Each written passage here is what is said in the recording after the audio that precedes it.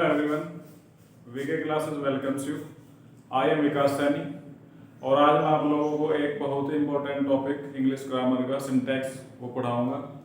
ये इस टॉपिक की 7वीं वीडियो है और अगर जो पिछली वीडियो है उनको आप लोग देखना चाहते हैं तो यूट्यूब पे वीके क्लासेस चैनल पर जाएं और सारी वीडियोज़ आप देख लेंगे। इस वीडियो के अलावा कुछ और टॉपिक्स हैं जिनकी वीडियोस कंप्लीट हुई हैं, उनको आप देख सकते हैं।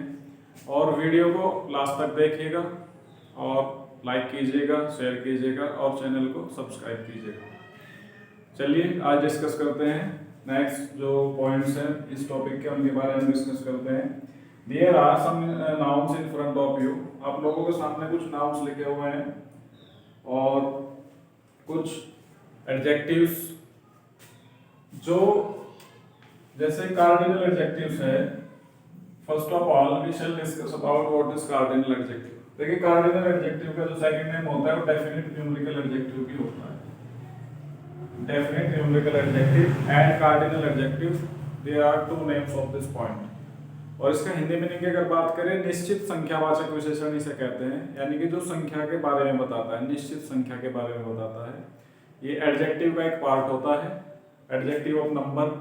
और एडजेक्टिव ऑफ नंबर फिर दो प्रकार का होता है, cardinal adjective and ordinal adjective. Cardinal adjective निश्चित संख्या के बारे में बताता है, ऑर्डिनल एडजेक्टिव निश्चित क्रम के बारे में बताता है। तो ये कुछ कार्डिनल एडजेक्टिव्स होते हैं जो आप 1 2 3 ऐसे लिखना शुरू करेंगे और कहीं तक भी आप जा सकते हैं। जहाँ तक भी आप लिखते जाएंगे वो सारे के सारे कार्डिनल एडजेक्टिव होंगे जो निश्चित संख्या के बारे में हमें बताते हैं। अकॉर्डिंग द रूल, अगर कोई प्लूरल नाउन है, ओके, कोई प्लूरल नाउन है और उसके पहले कोई कार्डिनल एडजेक्टिव का प्रयोग किया गया है, okay, rule is very important. If there is any plural noun and any cardinal adjective is used before it, और प्लूरल नाउन से सर्टेन अमाउंट का पता चलता है। सर्टेन अमाउंट का मतलब होता है निश्चित धनराशि, निश्चित रकम या निश्चित पैसे, निश्चित रुपयों का पता चलता है। सर्टेन वेट, निश्चित वजन का पता चलता है। सर्टेन पीरियड, निश्चित अवधि का पता चलता है। सर्टेन डिस्टेंस, निश्चित दूरी का पता चलता है। सर्टेन हाइट, निश्चित ऊंचाई का पता चलता है। Okay, I repeat again, if there is any plural noun and there is any cardinal adjective before plural noun and the plural noun shows certain distance, certain height, certain weight, etc., then the verb will use singular with it. Okay, यानी अगर देख लीजिए example की बात करते हैं, 10 kilometres, 10 kilometres. अब 10 kilometres को अलग अलग डिफाइन करेंगे। 10 क्या है? कार्डिनल एडजेक्टिव है। Okay, what is 10? 10 is cardinal adjective, निश्चित संख्या के बारे में बता रहा है। किलोमीटर्स क्या है? प्लूरल नाउन है। ओके, ये क्या है? Plural noun. और दोनों को मिलाकर क्या शो हुआ है? 10 किलोमीटर्स, यानी कि निश्चित दूरी, सर्टेन डिस्टेंस का पता चला हुआ है। Okay, point to be noted according the rule कि अगर कोई कार्डिनल एडजेक्टिव है, उसके बाद कोई प्लूरल नाउन है और उससे निश्चित दूरी का, निश्चित समय का, निश्चित अवधि, इन चीजों का पता चलता है, तो इसको फिर क्या माना जाएगा? सिंगुलर माना जाएगा और इसके साथ सिंगुलर वर्ब का यूज होगा। ओके, ये पॉइंट इस रूल में छिपा हुआ है।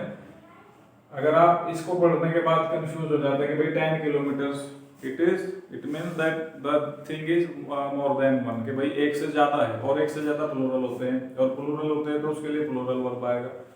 The rule is wrong and the rule according this is that if there is any cardinal adjective and after it is in any plural noun and both tells us about some certain distance, certain amount, in this condition this is count as singular subject and singular verb is used with it. Okay, come to the next example. जैसे 20 rupees, 20, what is 20? 20 is cardinal adjective. What is rupees? Rupees is plural noun. Okay, 20 क्या है? cardinal adjective है।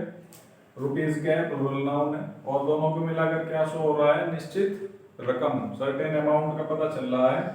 और certain amount का पता चल रहा है तो ये क्या होगा? आपका सिंगुलर सब्जेक्ट के रूप में यूज होगा। सिंगुलर सब्जेक्ट के रूप में यूज होने के लिए इसके साथ क्या आएगा? सिंगुलर वर्ब का यूज करेंगे, इसके साथ प्लूरल वर्ब नहीं आएगा। ओके, जैसे नेक्स्ट एग्जांपल देखते हैं। What is 6? 6 is cardinal adjective. What is years? Years is plural noun. Okay, ये कार्डिनल एडजेक्टिव है, प्लूरल नाउन है, और दोनों को मिलाकर किस चीज का पता चल रहा है? निश्चित अवधि का पता चल रहा है।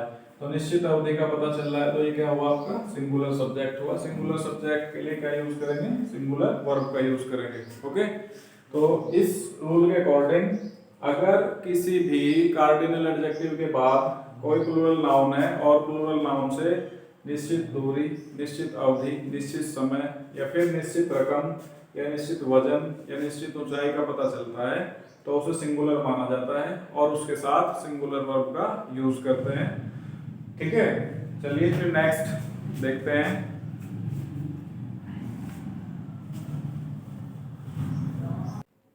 Next is there are some nouns in front of you in this rule.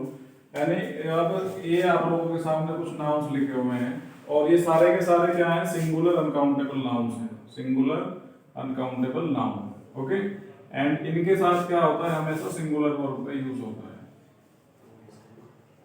Okay, these all nouns are singular uncountable nouns and singular verb is used with them and we can't make pluralize these words। और हम इन शब्दों को pluralize भी नहीं कर सकते, ये भी आप याद रखेंगे कि ये हमेशा इसी फॉर्म में रहेंगे। ना ही आप इनको pluralize कर सकते हैं, ना ही इनके साथ कोई plural verb का यूज कर सकते हैं, because these nouns are used as singular subject। जैसे the news is are true, तो ये सिंगुलर है, इसके साथ क्या आएगा, इज आर का प्रयोग नहीं होगा। ऑल इज लगेज अगर बात करते हैं देखने में तो ये लगता है कि प्लूरल होगा, ऑल इज लगेज के उसका सारा सामान, बट इसका सेंस जो है सिंगुलर का होता है बिकॉज़ लगेज क्या है, अनकाउंटेबल नाउन्स होते हैं। और मैं आप लोगों को ये बात बताना चाहूंगा, जितने भी अनकाउंटेबल नाउन्स होते हैं वो सारे के सारे सिंगुलर सब्जेक्ट के रूप में यूज होते हैं। अनकाउंटेबल नाउन्स मींस जिन नाउन्स को हम काउंट नहीं कर सकते। The nouns which can not be count are called uncountable nouns and uncountable nouns always used as the singular subject। okay, तो लगेज भी क्या है आपका अनकाउंटेबल होता है और अनकाउंटेबल नाउन यूज होता है सिंगुलर सब्जेक्ट के रूप में। तो सिंगुलर सब्जेक्ट डिमांड्स करता है सिंगुलर वर्ब की। Okay, singular subject demands singular verb and singular verb is has not have, so has is right.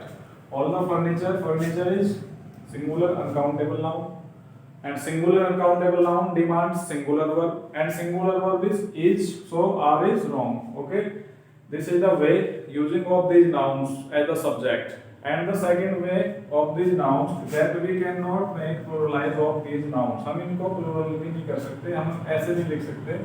all the furnitures अगर हम लिखेंगे तो wrong हो जाएगा, all the luggage लिखेंगे तो वो भी wrong हो जाएगा। okay, आप ऐसे भी नहीं लिख सकते कि जैसे अगर एक एग्जांपल में लिखूं कि please give me all informations